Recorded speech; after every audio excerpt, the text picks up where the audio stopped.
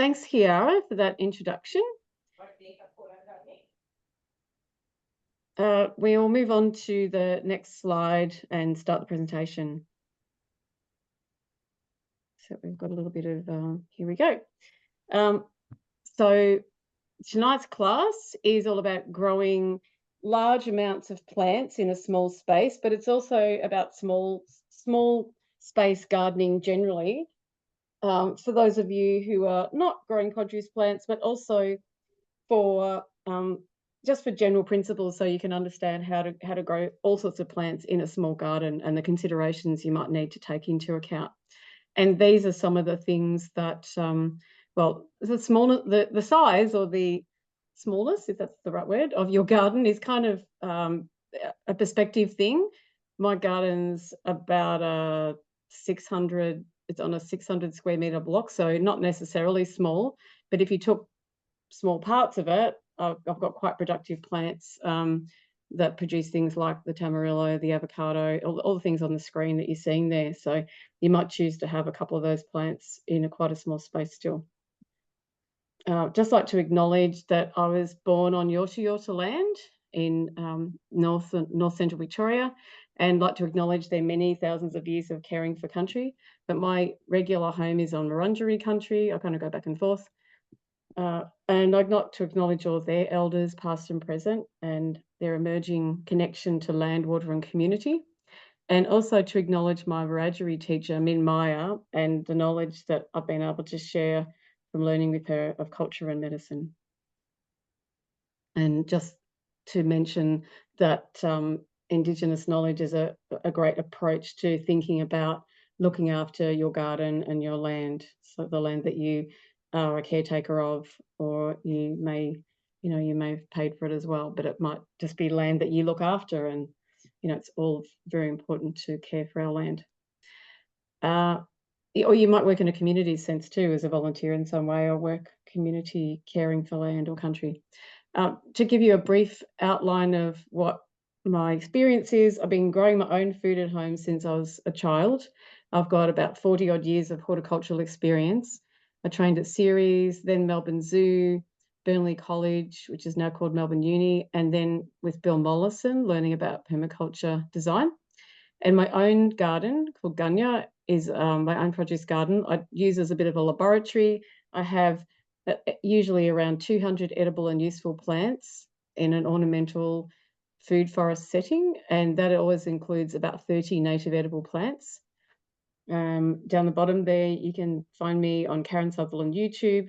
I'm a co-author of the Tomato Bible, I'd have to say. It's quite a big book. And I have written for many years for Organic Gardener, and also wrote until very recently for Green Magazine, the permaculture tips section. And also 3CR Community Radio. There's a really good gardening show to draw your attention to, all run by volunteers, on a Sunday morning, most Sunday mornings of the year. And it starts at 7:30 a.m. and goes till 9:15. And you can call, text or email questions. And you've always got between 3 and 4 horticultural volunteers from all different backgrounds to answer your gardening questions. So it's a fabulous way to get advice, and it's a really great way to learn about gardening events that are happening in Melbourne. So really importantly, especially when you've got a small space, is looking at the microclimate, which is just what you'd expect that word to mean. It's the small climate of your garden around your house or around where you're growing. So all these environmental factors within the microclimate affect what you're able to grow.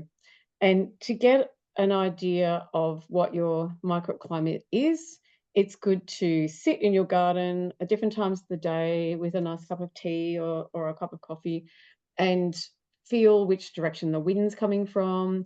Observe. It's all about observing, which is a real, often spoken about in permaculture. It's a very good gardening concept generally, that if you observe which way the patterns of the sun are in your garden, and also shade, you might even have a rain shadow. That's something that can happen, and it's a very relevant problem or issue in a small garden, because you might have a garden where half your half of the garden beds available to you are under a rain shadow, and that means they might be under the eave of a building, or they where the rain can't get to, depending on the direction of the rain, or they could be along a high fence or wall. And if the rain comes across the top of the wall from the direction of the wall, then it often will miss plants really close to that fence or wall. And that's something that you might not expect, and those plants might dry out a lot more than you think. Wind is a big thing. Some of you with small gardens may be gardening in apartments, and I remember years ago putting in a garden for I think it might have been about a third or fourth story apartment, and so everything was in planter boxes, or she did have a big inbuilt planter bed as well, but all the rest we were installing new planter boxes, and I put some lovely looking lemon myrtles in, and unfortunately, the direction that the wind came from was so strong in winter, the cold wind with a warm climate plant like lemon myrtle, and that could be citrus as well, that would suffer from the effect. Certain plants are going to suffer from the effects of cold wind in winter if they're a warm climate plant.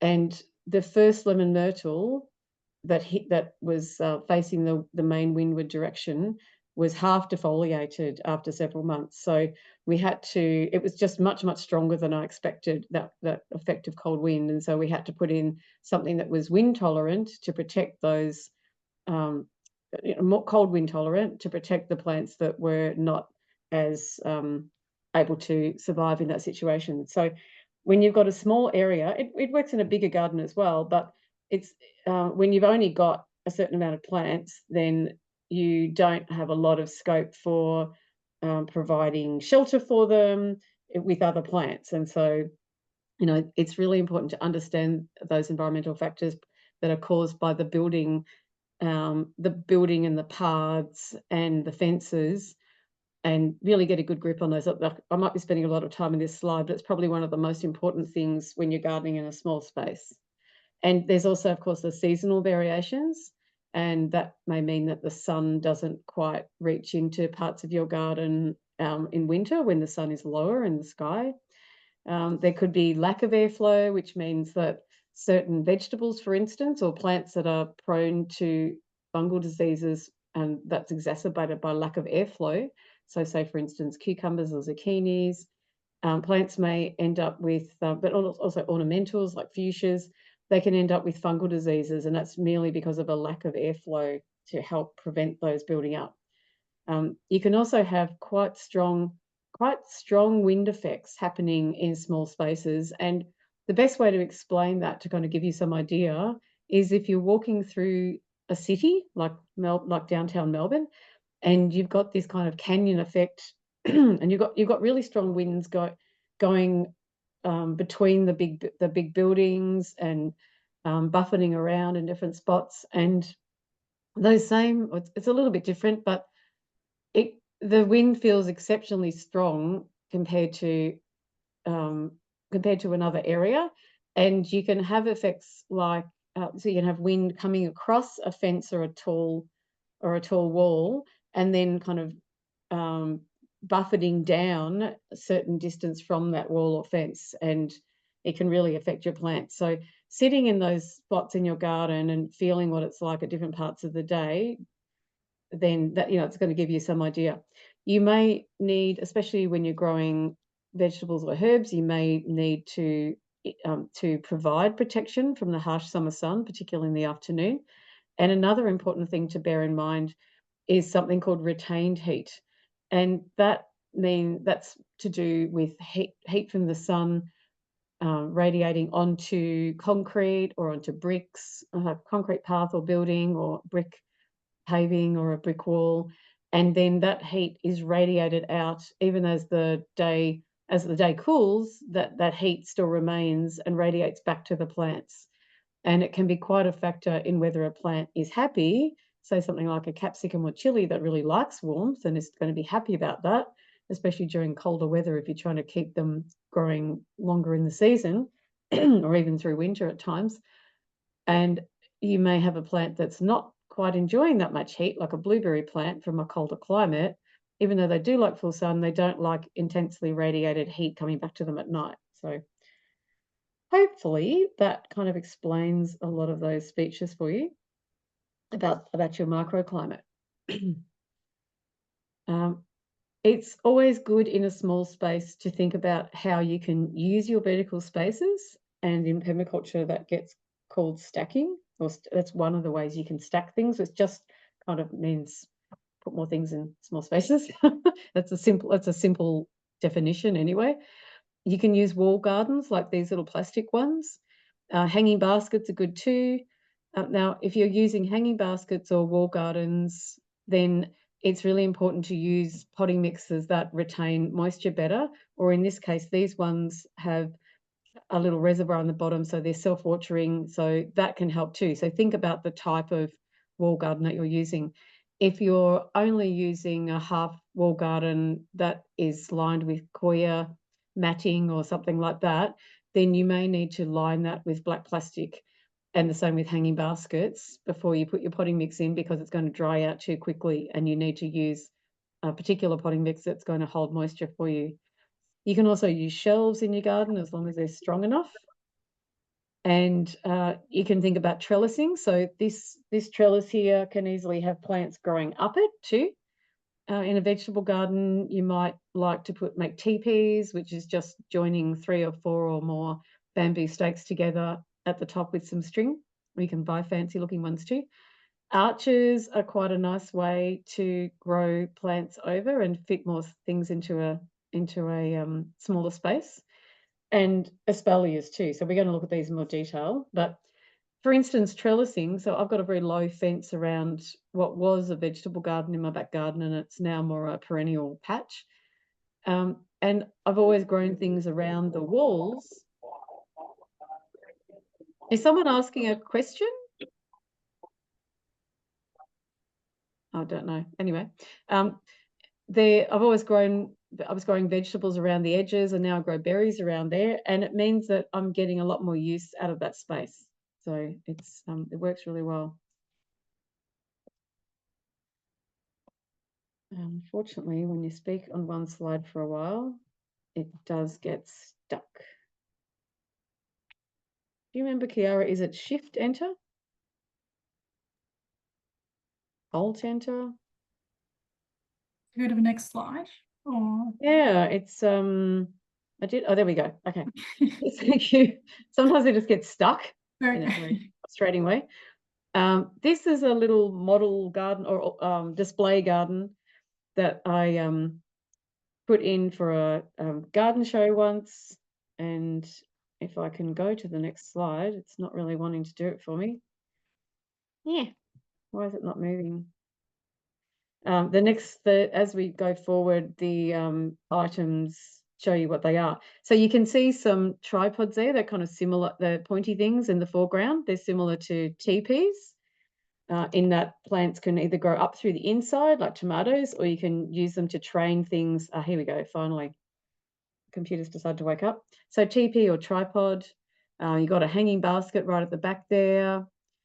There's an espalier lemon, that's a bright yellow colour in the right-hand side of the picture. And you can also train climbers, in this case actually not climbers, they're actually, someone else has mislabeled that unfortunately. They are espalier, or they're columnar apple trees, or apple trees trained up in one line. And also having, hello? Hello, Winifred? Winifred, I might get you to mute your... I've muted them. Oh, thank you. Anyone else is unmuted, please mute yourself. Otherwise, Thanks, I'll Kiara. find you and mute myself. Yeah, thank you. So planter boxes are also good for giving you different levels in small spaces too. So pots, of course, are a fantastic way of fitting more things into small spaces. And one thing that often people don't think about is that if they're not too big, you can move them around according to the time of year. So you can move something into the sun and then out of the sun according to its needs, and therefore, make more use of your space.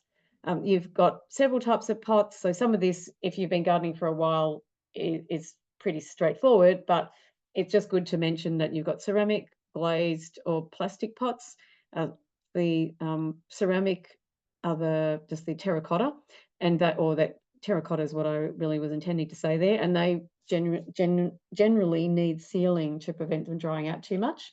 It's a really important point to note that you should try not to overpot, and what that means is putting a small plant in a really large pot, and that means that you get a bad root ball developing.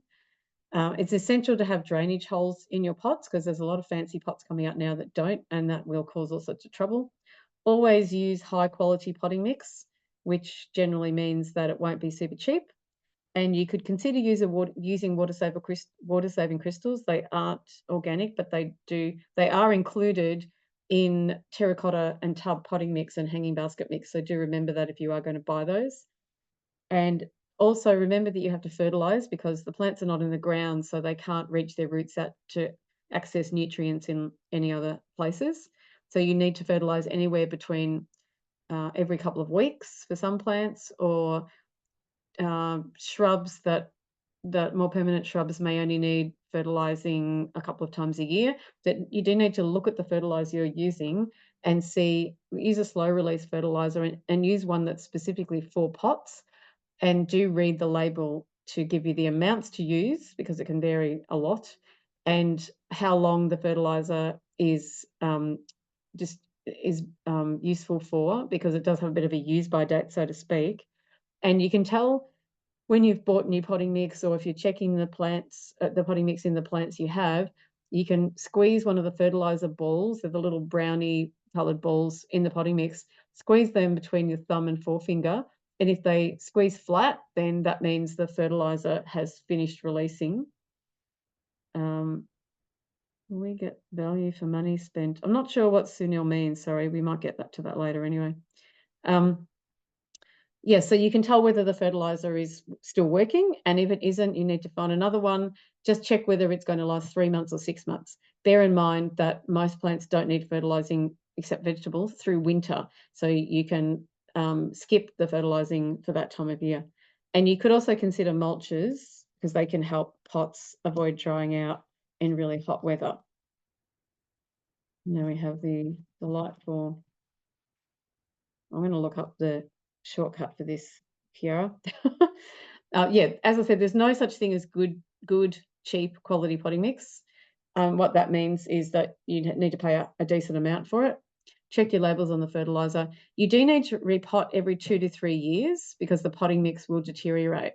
And what happens is the finer, heavier particles go down to the bottom of the pot and hold a lot of moisture. So you'll get plants with what we call wet feet or wet roots. And the coarser particles that don't hold much moisture will gravitate towards the top. It does happen. And they don't hold as much moisture, so you'll get the surface roots drying out. So yeah, you do need to repot, especially after about 3 years.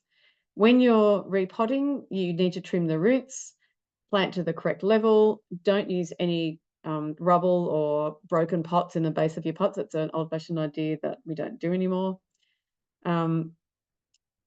Yes, when you're if you want some repotting videos, I've got for a large plant, I've got a repotting video on Karen Sutherland YouTube. If you look that up, there's a large lemon myrtle showing how you do that for very big plants.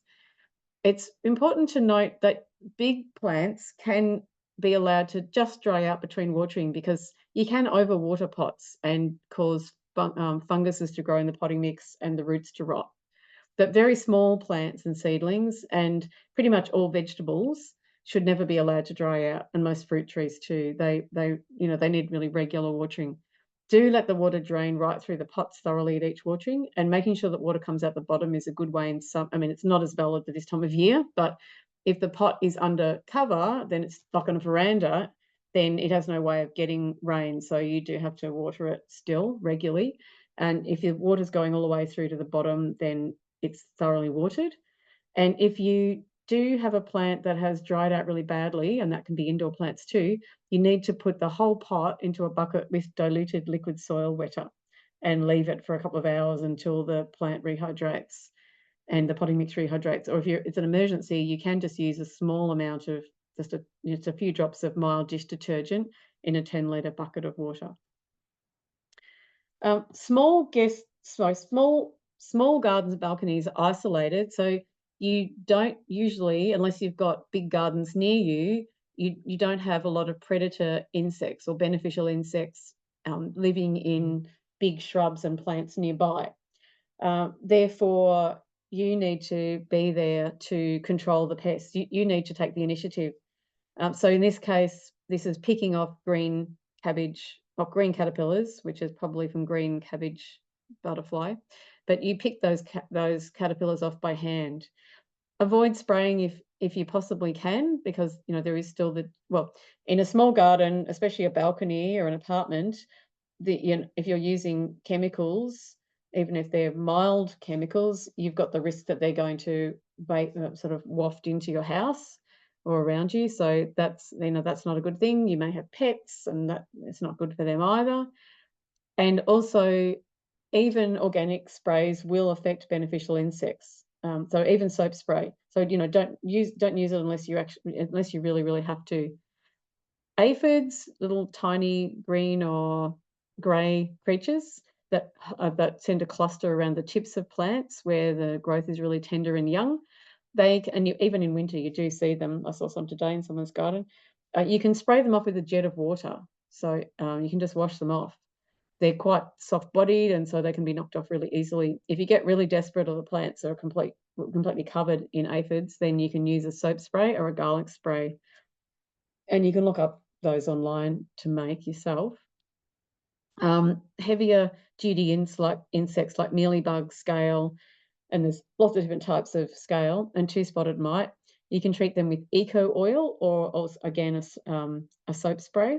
You can pick off green caterpillars, or if you look really closely, and it's a good observation exercise, you can find their eggs and squash them before they hatch.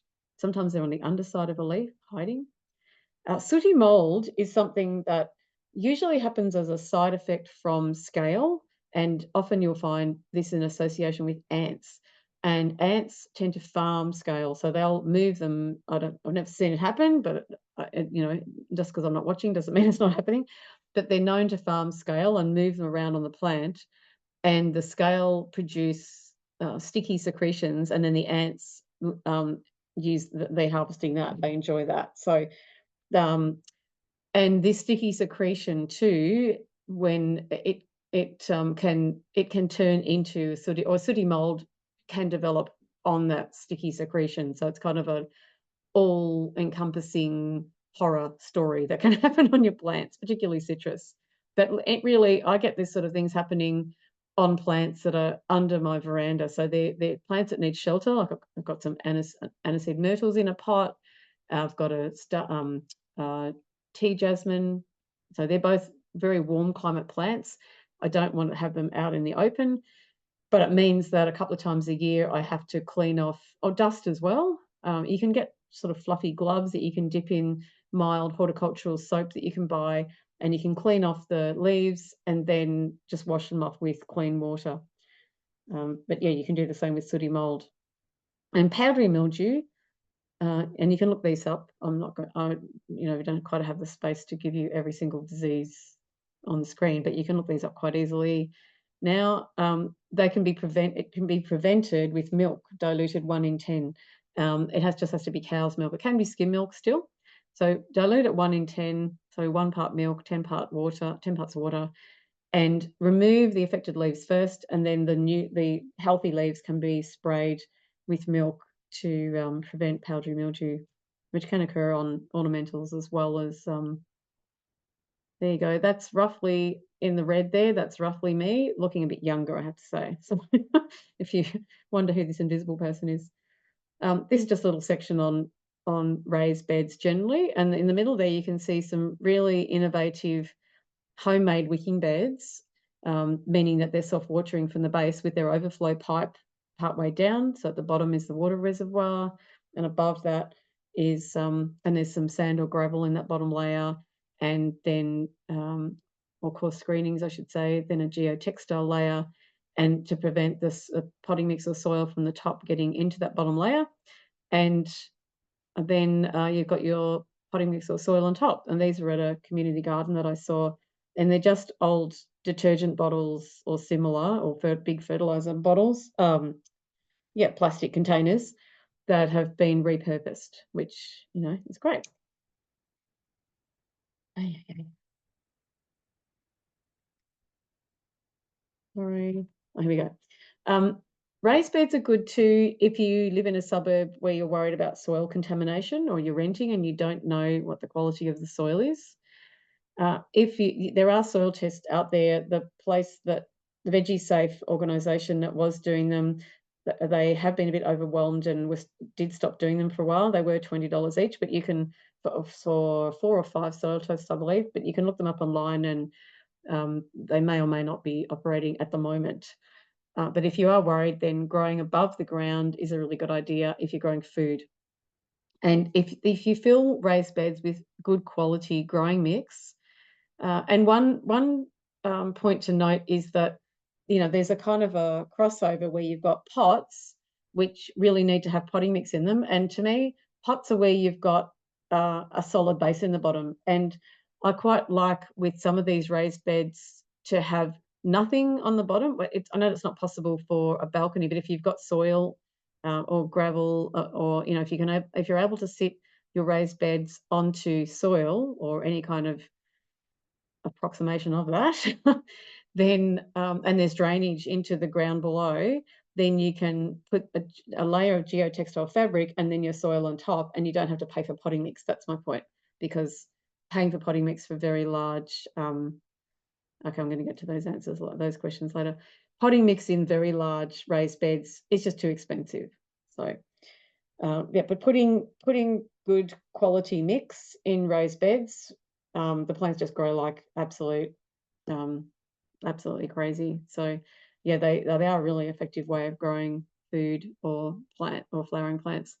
They're very good for back issues or anyone with who are less abled. Although if you are in either of those categories, then you probably want your raised bed to be about 600 millimeters high. They also, raised beds and pots, keep the roots of your plants warmer in winter than when in the ground.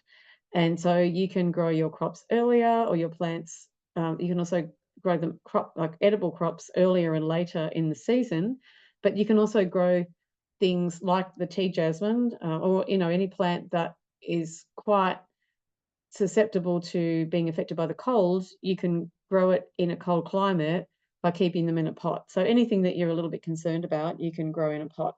So, pot growing, you might think, oh, I wish I had a garden to put more plants in, but pot growing is a really valid way of gardening. And in fact, a lot of plants work better that way. However, pots and raised beds can dry out more easily. So do make sure to mulch and keep up the watering. Yeah, it's a really common thing with raised beds that they can dry out a lot more quickly than that tapping is me. Whoopsie. Okay.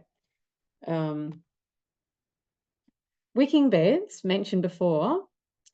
You'd need to look up online how to make these, but I did, and there's also, you can go to down the bottom there, My Smart Garden, for making your own wicking planter box. So I don't need to explain that now.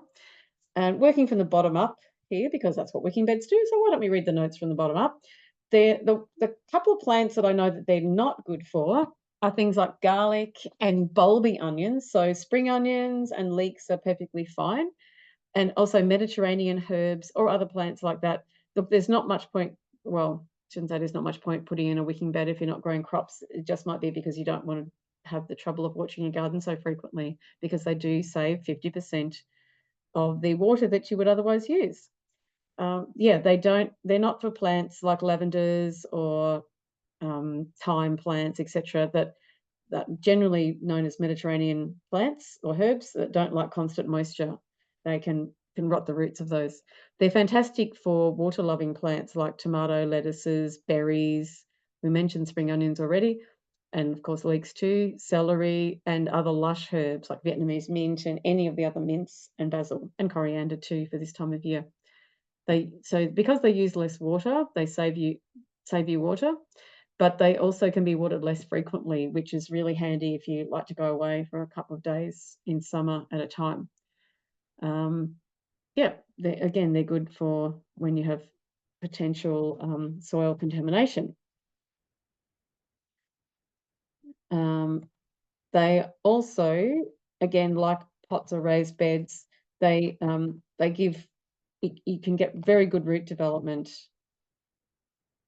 Oh my goodness, need to mute the tapping.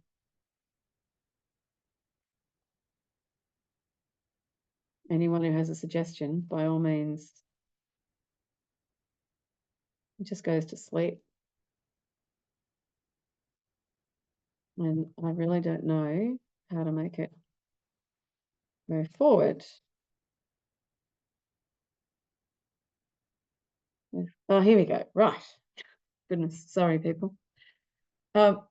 Biofilter's a company that makes, there's a couple of companies that make ready-made wicking beds, and Biofilter is one of them. Veggiepod is another. That they're more shallow, but also Biofilter makes one that is able to be connected to the stormwater system, which is just something a little bit unusual. They have a specific potting mix they recommend now, which is a wicking bed mix that they sell, which is very, very expensive, but I have bought some and I'm keen to try it and see whether it's worth the money I've paid for it. Now, you can go onto the Melbourne Water website and look up rain gardens and look up their vegetable rain garden. If you're interested in this, all those plans are up there for people to use. And I was involved with Melbourne Water for a while, teaching about rain gardens, and this was the last one they developed, and it was very interesting. So yeah, and that's the kind of principle that Biofilter worked from to develop their plastic ready to go bed. But anyway, this is just something interesting if you like doing a bit of home plumbing. Now, someone was asking about specific varieties, so now we get into some of those questions. Fruits. Here's some fruits that you can grow in pots. And that balcony on the right-hand side shows a lemon myrtle on the right-hand side. And that is the area where this lemon myrtle facing us is lovely and lush, but the one right at the end facing the wind coming across from the open space, this is the very lemon myrtle, or that one back there was the one that was half defoliated. So, and this lovely, calm looking balcony, but yes, it really copped the brunt of the wind. On the left there, you've got a dwarf cherry tree. Now, if you're keen on growing some fruit trees, the self-fertile trees, meaning you don't need a pollinator, peaches and nectarines and apricots, but make sure you get a super dwarf, or actually check the label for the size, and I've made sure I put that in the notes. Pretty sure I did that, because it can be quite misleading when you choose dwarf in inverted commas and it's still 4 or 5 meters tall. So do check. Dwarf cherry Stella is a self-pollinating cherry, and that's what that one on the left is. And there's a number of dwarf citrus, pretty much any citrus. Well, there's every type of citrus, in lemon, mandarin, etc. Not each cultivar or variety, but every type of citrus you can buy as dwarf. For the ones on the left-hand side, apples, pears, and plums, you generally need 2 of them for cross-pollination. There are some that are semi-self-fertile, so speak to your local nursery to get some extra advice on that. Oh, whoops. Yeah, sorry. Now here's espaliering, and so you can see on the left at the back of the slide some espalier apples that are being trained along some very thin wires, if you can see them in the back there. And on the right, we have a finger lime cross, which is sunset lime, I think from memory, I think it's sunset, not sunrise. And it's trained on a wooden trellis in a pot. And you can see how prolific it is even in a pot. So espaliers can be grown in pots or in the ground. The citruses, this one is not a dwarf, but the finger lime crosses are not terribly large citrus in the first place. So most of those are suitable. Just bear in mind they are very, very prickly. So you do need to remember that. So yeah, any of these plants are quite okay to grow as espaliers. Feijoas and strawberry and yellow guavas will eventually get bigger in a small space. And if you're interested, you can watch the progress of my feijoas in my driveway. But they have been still growing in a very narrow space for a very long time, and they're quite productive. I'll have a look at some chats while I'm attempting. So where do I buy the wicks? The wicking Grace, the wicking refers to, it's not like a candle wick. The wicking refers to the movement of the water up the potting mix. And Ash, so hopefully that explains it. So if you look at the how a wicking bed is built, you don't have soil depth you don't have it greater than 30 or 40 centimeters, because that's the height that the soil, the moisture is able to wick up through the potting mix itself. And that's why you need potting mix that is specifically for wicking beds, or potting mix that is that has or soil that has high organic matter levels. Goodness me, this is super, super annoying. Sorry, I just can't get it to move forward. Do you have this problem, Kiara, in other presentations? No, this is maybe it's my old laptop. I think this laptop's about to get chucked. Yeah. I think this is the last straw. Yeah, so people are well, I'll try and answer questions on Genius. So Jason, we've already had that same, you've got the same problem that someone else has, which is fungus gnats, and they are something that develops in potting mix. And I believe there's some organic treatments for, here we go, finally, for fungus gnats that you can buy. Can passion fruit be grown in large pots? I would have said no in the past, but now I say yes, because I have seen them. And as far as the PDF of the slides, Ash, no, what we've got is an article that is going to be on the, you can keep watching it, but like it's going to be on I think it's on the website for a year, isn't it, Kiara? Yeah, correct. Yeah, so you can just read it there. And but there's an actual specific article with some different points mentioned. I'm just quickly scrolling through. Fertilizers. I think anyway, we might get to some of those last ones at the end, because otherwise we're going to get stuck on this delightful jamming again. Here's some things for fruiting or herbal hedges. So that's another thought for making a background to your small garden, or in an apartment. You can see on the left hand there, you're getting some privacy by planting that's a native thyme or sage, Prestanthera, one of those. It's actually anyway, it's one of the Prestantheras, might be incisor or rotundifolia, a bush herb. Strawberry guavas and yellow cherry guavas are great. Bay hedges, and keeping them in pots will keep them smaller. Using kumquat mandarin is probably more suitable in those small spaces. And for smaller growing hedges, you can grow the native thyme or sage. That's kind of a medium, small to medium. Blueberries, there are evergreen blueberries you can use. You can also use rosemary and midgeonberry. Midgeonberry is another nice native herb. And on the right there, you see my, at the time, very thin Espalier feijoas.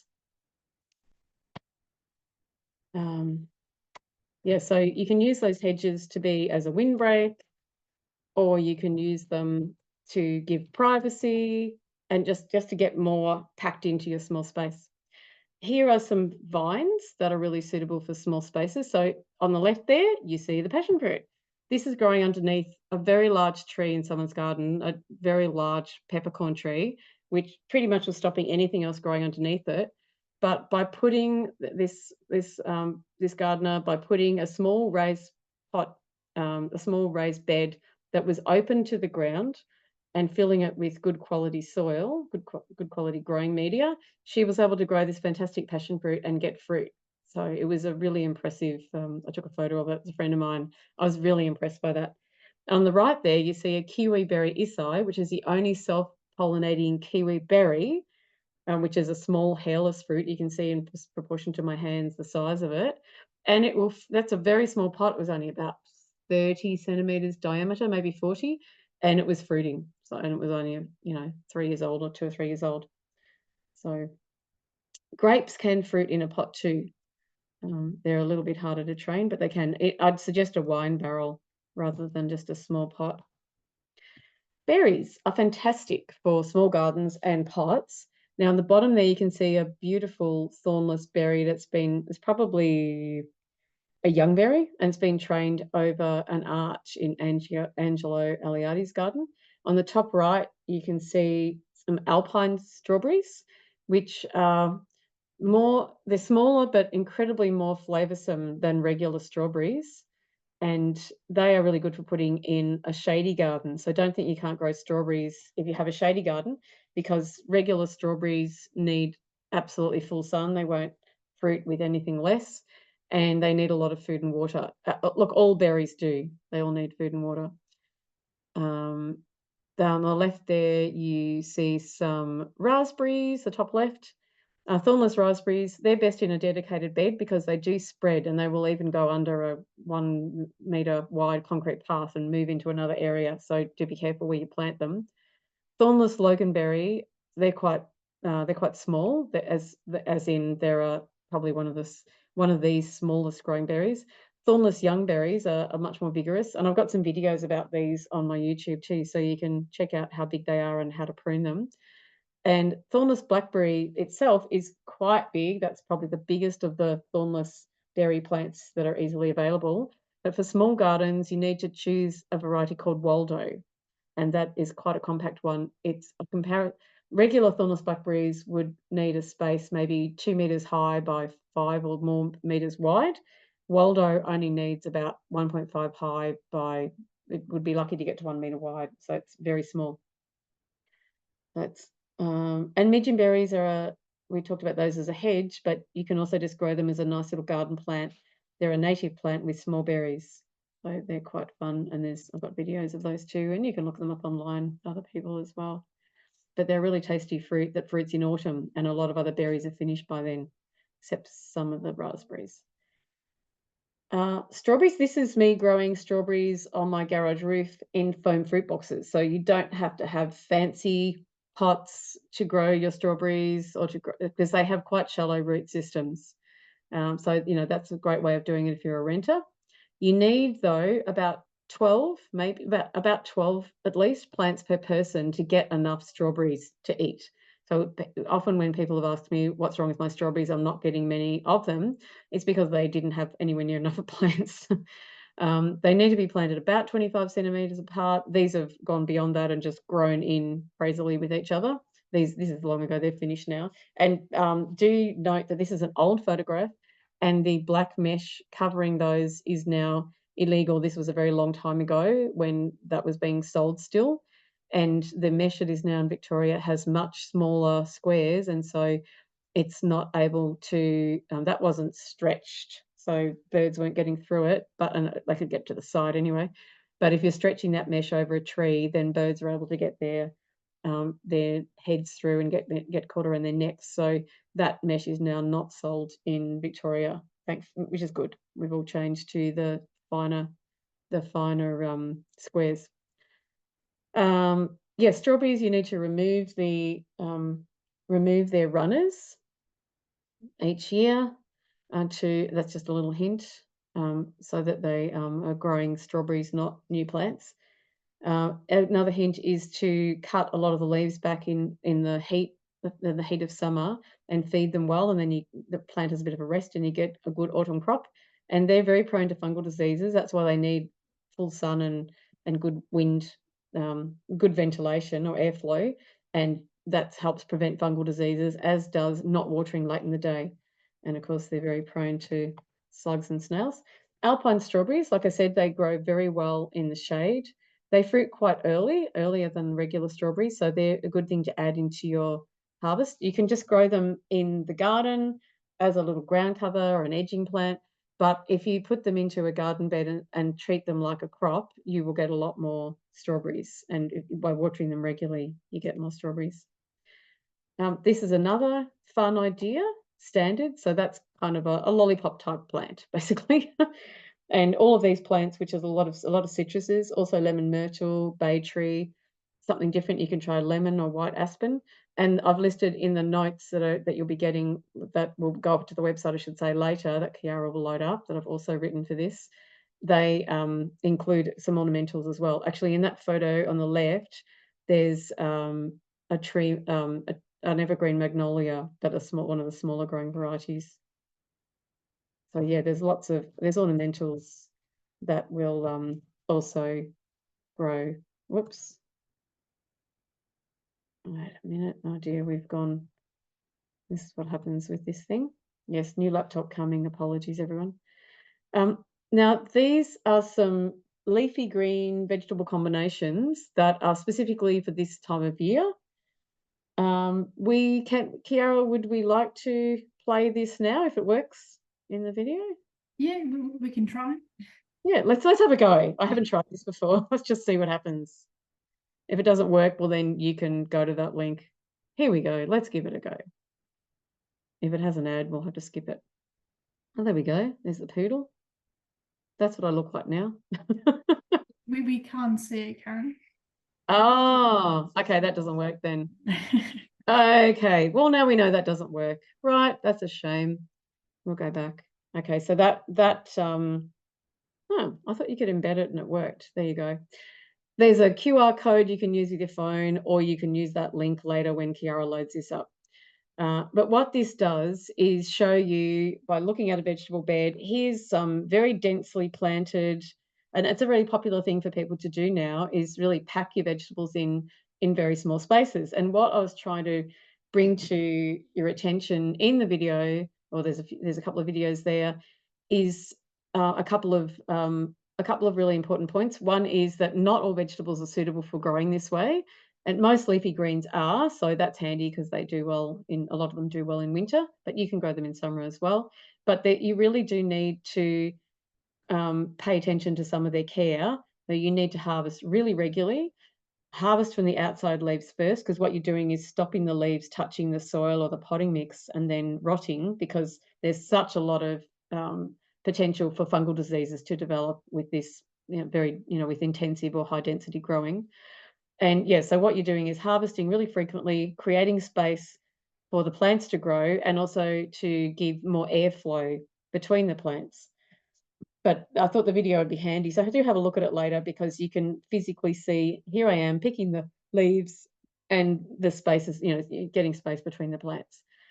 And you can also try interplanting with slower growing vegetables, and that's something you can do with, say, and I've got some videos from long ago in front garden videos, when I took over someone's front garden and turned it all into veggies. So some old ones, and that shows bok choy growing with broccoli. So as the broccoli gets bigger, then so at the beginning you're harvesting the bok choy, and then over time, as the broccoli is coming up taller, the bok choy is a quick growing, quick finishing type vegetable, and then you're harvesting the leaves of the bok choy at the beginning. In the end, you're harvesting the whole plant of the bok choy, and then the broccolis come up and grow nicely. So you're getting kind of double use of your space, really. And I've always had a bit of fun with interplanting like that. You can call it high intensity, you can call it high density, you can call it interplanting, and you do need to check whether plants are suitable, but you can experiment with it and have a bit of fun anyway. And I suppose what I was saying too is that you can't grow tomatoes in this way, for instance, and these are some plants that are suitable for growing in this way. So yeah, I'd encourage you to have a bit of a look. Here's some good vegetable varieties or types. These are good for small spaces because they are, and here's the terms that are good for this type of situation. They are repeat, meaning that they keep on going. They can also be called long, or they could be long harvest, so you can harvest them over a long period of time. Or there's another word which is cut and come again. So for instance, you can with bok choy, you can either harvest leaves from the outside, like in the videos from the previous slide, or you can try cutting the whole plant off when it's got to a reasonable size, just above the ground, and leave, say, 3 leaves at the base and wait for the plant to resprout again altogether. So that's a fun thing to do as well. And you can do that with spring onions. You can cut them off just above ground level, or about ground level, say, and wait for them to resprout again and use the whole top. Um, Lemon sorrel, red dock, you can just be harvesting them constantly, or if you cut them all down to, once they're established, if you cut them down to the ground level, all of them to the ground in winter, they will resprout again and you get a whole fresh new plant. So all of these to some extent can be managed in this way, and so that makes them. Someone else had a question, is this, I think that's what they mean. Someone had a question about, is it, and I think they meant growing food plants. Is it useful in a small space where we get value, like we, or is it better just to buy things at the shops? And this is my point, that if you've got a small space, you need to grow these type of vegetables that you're going to get. You're not growing one broccoli in a small space that you're waiting 4 months for that plant to produce its harvest in its big flower. You're growing sprouting broccoli, or you're growing all of these things because you get harvest over a long period of time, and that makes them well worth growing. And oh, this is for shady spaces too. I was thinking, why isn't silver beet in there? Because this is perpetual spinach. Perpetual spinach is better for small spaces. And now, sorry about the jumping around, these are vegetables for sunny spots for small spaces. You can put in some, oh, also silver beet. I don't know why that's not on there. Looking, no, silver beet's not on. The silver beet should be on there. But also some of these specific fun small varieties like novella or tom thumb, bush peas, that grow in very small compact spaces. With carrots, you can grow baby and French round, so they don't grow very deeply. So you don't need you can grow them in pots because you don't need a big soil depth. Cucamelon is a fun little plant that's that has grape size, sort of similar to cucumbers. You can look for, like, so read the descriptions of plants and look for things like Delta Louise is a really old heirloom variety that I've grown and saved for years and sometimes sell. But you can find them online, and you can find other things similar by looking for semi-dwarf or dwarf varieties, and that's also disease resistant. So all these old interesting varieties have all sorts of good factors around them that are worth considering. And then there's a whole stack of dwarf tomatoes. So look at the dwarf tomato project online and get some links to the online seed sellers that sell those tomatoes, because there's some really interesting dwarf tomatoes around, and they are exceptional. I would say that small gardeners should all be growing dwarf tomatoes, because most tomatoes are not, and they're big triffids, and they're just not suitable for any small garden, for most city gardens, really. You can buy mini cauliflower, cabbage, and other things like that, even mini corn called sugar baby, and radishes, and also turnip hackeri is something fun to look for. We know now that we can't use these links, but you can go back and look at them later. This just talks about, this just shows you managing the aphids, or talking about the aphids, and here they are, and it's just a bit of a, and it also gives you some information on deterring the cabbage moths or cabbage butterflies. So that's a handy thing to read about. Here's a little picture of cucamelons, which are a fun variety that we just talked about before, Mexican sour cucumbers. They're able to be grown in a really small space. Herbs, look, herbs actually, most of them grow better in pots. Lemon verbena, you can see growing in a small window box at the top left there. Amazingly, that's growing there because that can be quite a big plant. It can even grow in a pot. Most mints and lemon balm, you should be growing in a pot anyway, because they're just way too vigorous and they'll take over your whole garden. You do need to divide and repot herbs that run or move, like oregano and mints. You do need to do that every 2 years. Things like thyme, and there's many different thymes, lemon, orange, pizza thyme are my favorites. They grow from one central root, so they don't need dividing, but they will need repotting every 3 or 4 years, like any other plant, and they will grow well in a sunny spot. Here's just a few native edibles for small spaces for a bit of fun. So lemon myrtle by growing in a pot, lemon aspen, midgeonberries, native violets. You can eat the leaves and the flowers. And that little succulent there on the right is called beach bananas. Has various other names as well, but you can eat the little crunchy leaves. And native lemongrass grows very well in a pot. Worm farms. This is just a little bit of information. I'm not even going to go through all of that. You can watch that later. The point I'm trying to make, because I'm giving you detail about how to use the worm farms, is that these are very suitable for apartment balconies and small gardens, but they do need to be kept shaded and cool in hot weather, and they only will take kitchen scraps, not garden waste. And then, of course, you've got the tap at the base, and this someone was asking about, can you make your own fertilizers? This is one of the best fertilizers. It's absolutely fantastic. You drain this off, or as it comes out, you collect it and you dilute it to the color of wheat tea, and then you use it. You can use it to fertilize anything in your garden. It's really fantastic, and it also does increase bacterial activity in the soil too. Sorry, there's a very odd typo there after wheat tea and gold. I have no idea what's gone on there. Don't have any idea. And this is another another option for a small garden bed, is using in-ground composting systems. You can also take a plastic pot and drill holes in the side of it, and as long as you have a lid that keeps rats out. And the other one you can use, of course, is, and you can plunge that into the garden and just put your compost straight into it. That keeps rats out of it, and the worms can go in and out in the garden bed. You can also use a bokashi bin. The main issue is purchasing, or the main drawback is purchasing the bokashi what would you call it? Bokashi itself that sets off the composting process, because it is quite expensive. Now,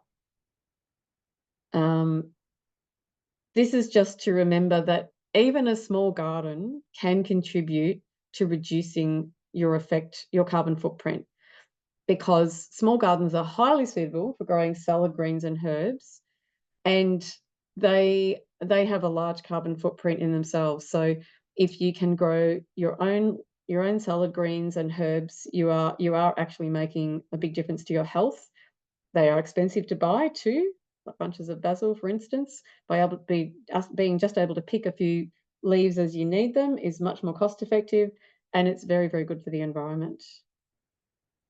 That's just to reference. There we go. Questions now. Also, didn't Kiara have another? Yeah, so we'll just go back to that one. This just shows you the apartment. That was an apartment building with a built-in bed. So it's interesting to see what can be put in there, and just showing you a little collection of pots, just some ideas. I'll leave you with that one while I start to go through the questions. Okay, right. Besides price, what's the difference between cheap potting mix and the good stuff? Your cheap potting mix will not grow plants properly. Yes, thank you. Was that Kiara saying that councils will give Alex, yeah. So Alex says, yeah, there'll be lots of composting and worm farm videos on My Smart Garden too. And yes, some councils, including Brimbeck and Maribyrnong, but also Marybeck, you can get a discount off your purchase of your compost bin. But I'd really suggest worm farms would be better. Ruby saltbush, yes, you eat the berries and you can eat the leaf tips. Oh, good. The links do work. I think the problem is, Kim, that it wasn't showing on the screen. Things that possums do not eat. Oh, my goodness. Okay, we're going to think about that while we move back through the other questions. Can rosemary grow in high density? No, it likes to have full sun, Sunil, and it doesn't like to have a lot of competition. You'll get a badly shaped rosemary. It likes to have its own little pot. A fruiting hedge against a colour bond. Yes, if you can try and have a bit of an air gap, and you might even, it sounds really funny, but you might it depends on the colour of the colour bond. Colour bond is a metal fence for everyone who doesn't know. Alison's asking this question. You need to try to keep some of the heat away from the metal fence in summer. Is the fruiting hedge going to be facing west? I'm assuming that's what you're thinking if you're asking that. If you can have a bit of an air gap, or you can put lay some hessian, or not lay, but attach some hessian between the hedge and the fence until the hedge grows, a fruiting hedge.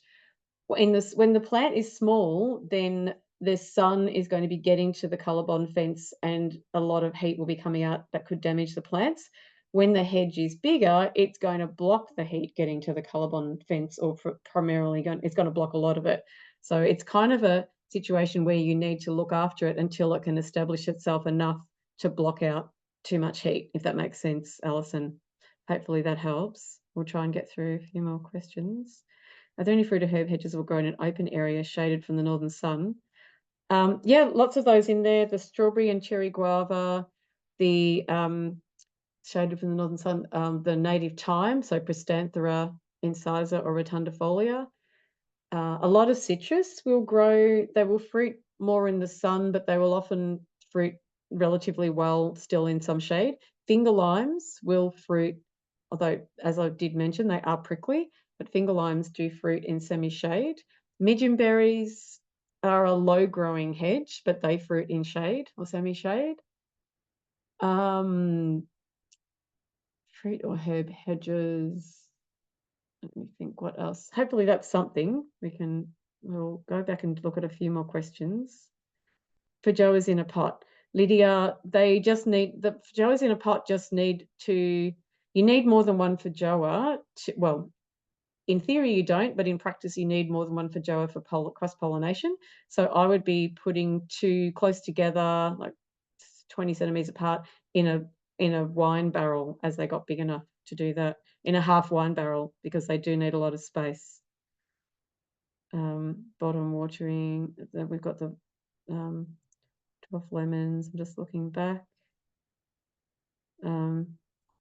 Wicking beds. Why is it no longer recommended, BB, about the, oh, sorry, no, so it was, wait a minute, BB. Why is it no longer recommended to put rubble at the base of pots? Because the scientific reason is because it creates a perched water table. It's because modern potting mixes are designed to work without that. And what will happen is you'll get a soggy layer or a perched water area in the bottom of the pot. If the roots grow, yes, so with wicking beds, wait a minute, we might need to go back. Gee, there's a lot of questions. Let's try, wait a minute. I might put this bigger so I can try to get, make your own fertilizer. So worm tea is one of the best fertilizers of all, in my opinion. And then you have the worm castings. So honestly, I think that's the best, but there are many other homemade fertilizers you can look up online, but you may struggle without going to harvest the plants elsewhere in getting enough. So the easiest thing to make in a small space is your own compost or worm tea or worm farm tea. Fungus gnat thrives on water saving crystal. No, I don't believe they have anything to do with each other. Is liquid fertilizer worthwhile using on potted plants? Yes, absolutely. It's one of the most common things to use on potted plants. If a plant is in a very big, heavy pot, can you pot it up by topping up with fresh potting mix? Eventually, you will get the situation where you have a soggy root system. And the other thing is roots can actually grow through the drainage hole in the bottom, block that up, and the plant will drown. And I've had that happen to one of my plants, which was very sad. So you can't get away with, eventually you have to repot. So you may need someone to help you do it if you're not able to do that. But watch that video because it will give you some idea what it entails to repot a large plant.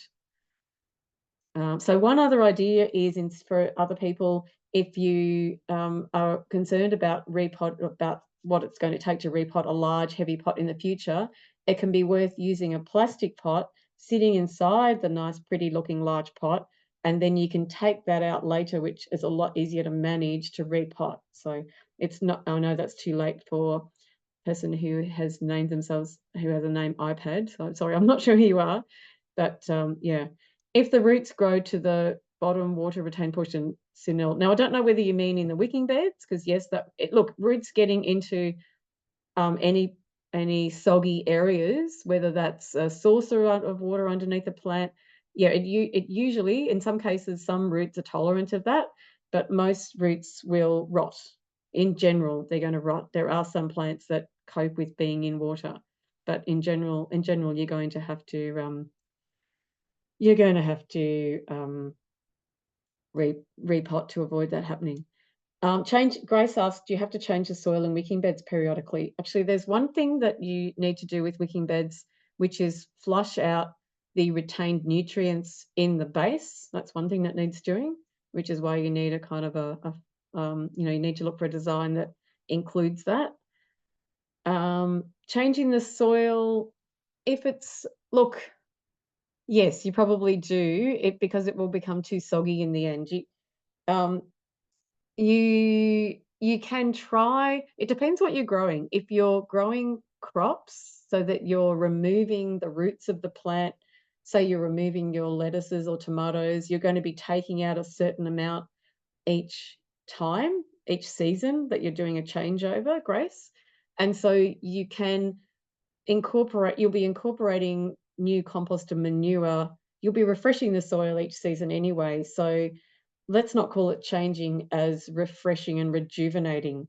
If you're using potting mix, then it's going to have a lifespan. And so, yeah, look into the wicking bed. I haven't grown wicking bed. I haven't used potting mix in a wicking bed over a long period of time. But if I was using it past 5 years or 3, even 4 years, I would assume that I would be replacing it with soil. You're replenishing, you're refreshing it.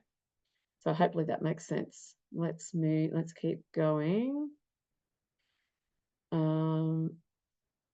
Yes, dwarf lemons. Yes, dwarf lemon. Bottom water for fungus gnats. That's good. Yeah, so the difference between cheap potting mix and the good stuff is the cheap potting mix will just not grow properly. Your plants won't do well. And I hope that's not seen as a rude answer, but I'm not sure what you mean. I'm sorry. Rosemary growing high density, possums. Oh, we'll get back to possums. Plants for a west-facing unroofed balcony. Well, any of the vegetables for Grace, do you mean vegetables or do you mean just plants? Or do you mean Any yeah, plant. maybe Any plant. any plants. Oh, goodness. Oh, flowering plants? How big? What size pots? Do you want Medium size.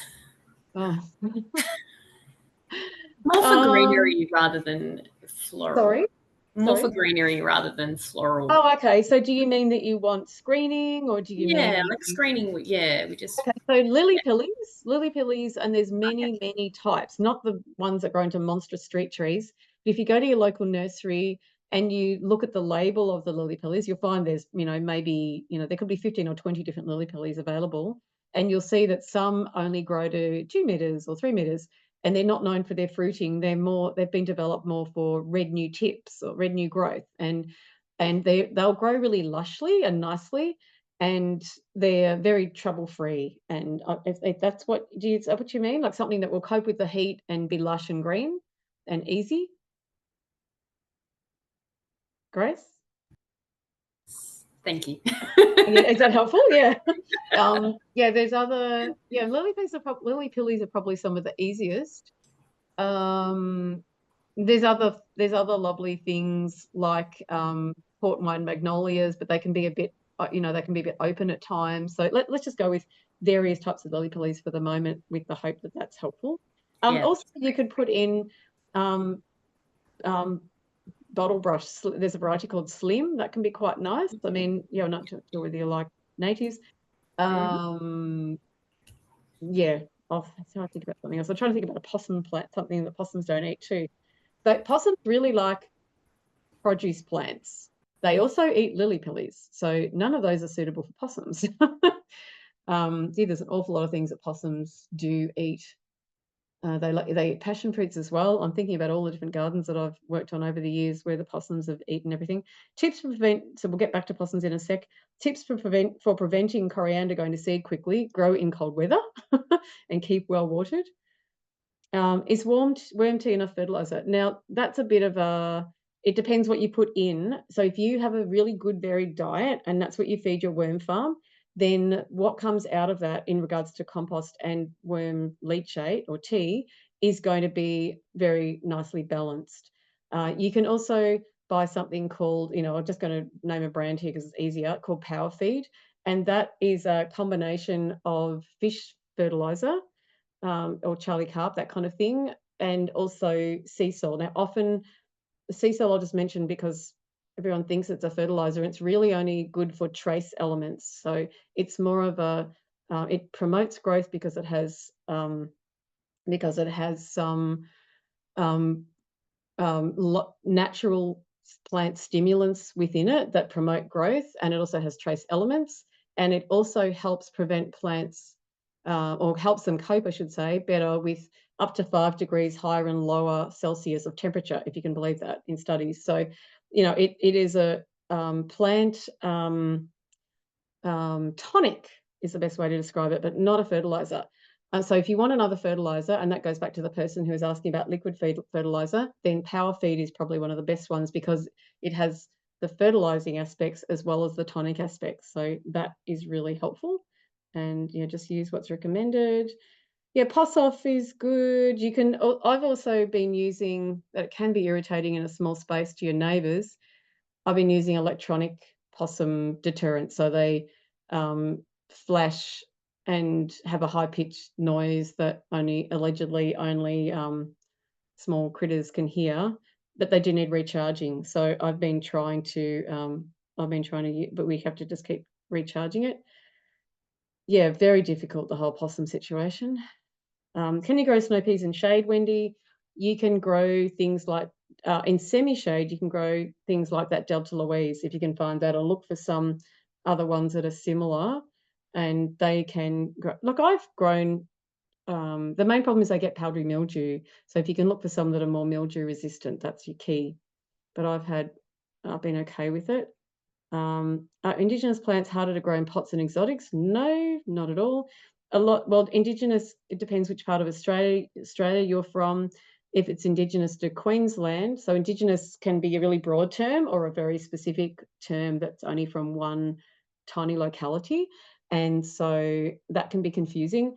And so, say, for instance, there's plants Indigenous to Queensland, like lemon myrtle and midgeonberries, and they're rainforest plants, and they grow really well in pots. They grow a lot. They're similar to grow as exotics, so they're really super easy. What else do we got? Yeah, netting. Netting is the main way of stopping possums, but just to have your ornamental plants and not have them attacked by possums, it's very, very difficult.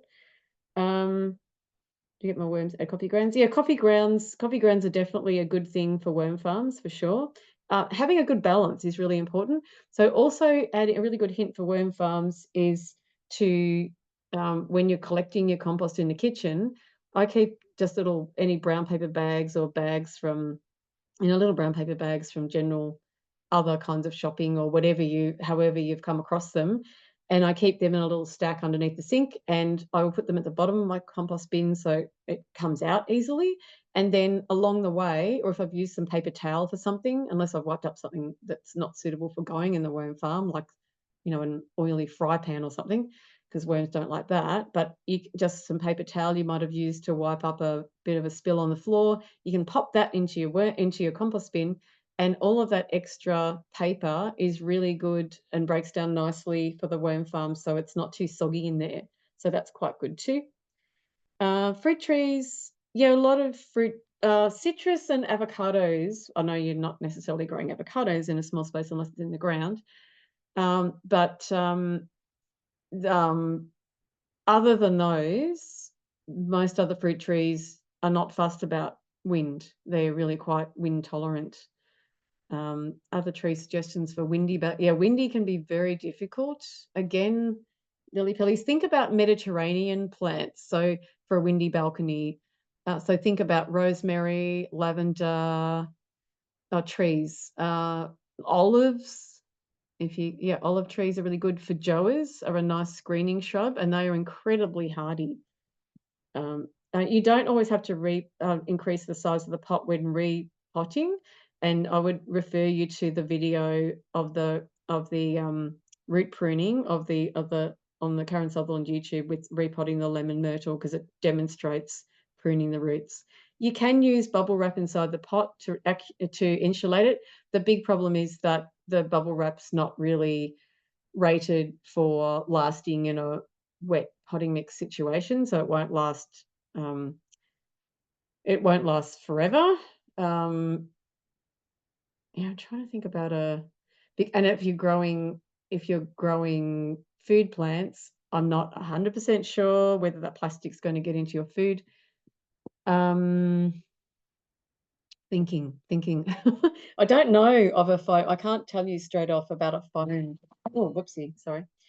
Are there certain plants that are good in small shallow spots? Small shallow pots are good for things like the alpine strawberries, ground cover plants, so plants with small roots. So the strawberries all fit into that category, or things like native violets or regular English violets or sweet violets. They're also quite good. Yes, you can definitely, netting plants to protect possums is good. Have we missed anything? Harsh sunny balcony. Olive trees in pots, generally they don't fruit because they just don't quite get big enough, but you can, if you're going to do it, grow it in the biggest pot you can possibly fit. I mean, at least a half wine barrel size. And for encouraging fruiting, look, I just use general, or I'm a bit of a generalist, so I use one, like on my garden in the ground, I use an all-purpose slow release compressed chicken manure fertilizer that has added rock dust and seaweed, etc., etc. Yeah, you're welcome, everybody. But I would just be looking for a good quality organic pot safe fertilizer for fruit trees, and that will be fine for the olive tree. They don't need heaps and heaps of water. Just so water it, let it dry out a little bit and then water it, because overwatering doesn't necessarily help olives. My olive trees and pots took 20 years to fruit. Oh, dear me, Cheryl. There you go. Citrus in a pot indoors in a well-lit room. Well, I don't know if it would fruit. You could try. Avocado in a pot, I would have said no, but now I say yes, and I would say has, and that is something that I can actually speak about with. I mean, a lot of this I can answer. I'm not sure about insulating pots with plastic. There's a couple of things I'm not sure, but avocado in a pot's one of my favorite topics, is what I should say, or avocados generally. And so in pots, a small house, even when it's only a couple of years old, 3 years old, say, you can produce one fruit, which is pretty fantastic. My neighbour, I've seen it at my neighbour's place, only a couple of fruit, but a small plant, very small plant. So lamb house is the smaller growing one, and they can be pruned quite small. Yeah, Winifred, I think the question about the citrus was growing indoors in a well-lit room. So do you mean, Winifred, that you have citrus in pots that are fruiting indoors? Because that is something I have not seen. But yeah, they definitely do fruit in pots really, really well. As long as you feed them and water them, any of the citrus will fruit well in pots. Yes. So the question was, and I've never come across that before, Jolene, growing citrus in a pot indoors in a well-lit room. But you know what? Give it a go. Why not? Maybe try kumquat. That would be my thought. Kiara, how are we going? We have 7 minutes for questions. We've had a blitz of questions. Hopefully we've got lots of things answered. Yeah, thank you so much, Karen. If anyone has any last questions, speak now or forever hold your peace. Yeah, thank you so much coming, and there are some links in the chat, so please visit our website if you're interested in future gardening events. We host in-person and online events on a variety of topics such as gardening, fruit trees, all of those things. And please also visit Karen's website, Edible Eden Design. So thank you, everyone. And thank you for all your amazing questions. Yeah, definitely. Yeah, I had to really keep thinking. There's a few veggies that are really good for very hot positions, like so chilies and capsicums and eggplants. So they'll grow well in pots in a really hot, harsh situation. Tomatoes, if you grow in pots on those western really nasty positions people are talking about, will need some protection in summer.